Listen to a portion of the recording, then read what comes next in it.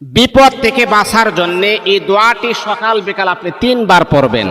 আল্লাহ পাক রব্বুল আলামিন আজকের দিনের যত বিপদ আছে সমস্ত বিপদ থেকে আমার আল্লাহ আপনাকে কুদরতিভাবে হেফাজত করবেন।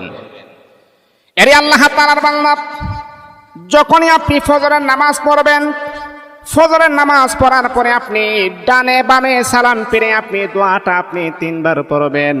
বিসমিল্লাহিল্লাযী লা ইয়াদুররু মা ইসমিহি শাইউন ফিল আরদি ওয়ালা ফিস সামাই ওয়া হুয়াস সামিউল আলিম 3 বার পড়বেন।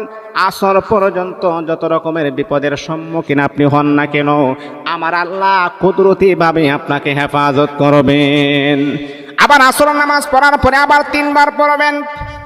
আসর থেকে নিয়ে আগামীকালকে ফজর পর্যন্ত যত রকমের বিপদ মুসিবত আছে সমস্ত মুসিবত থেকে আমার আল্লাহ আপনাকে হেফাজত করবেন।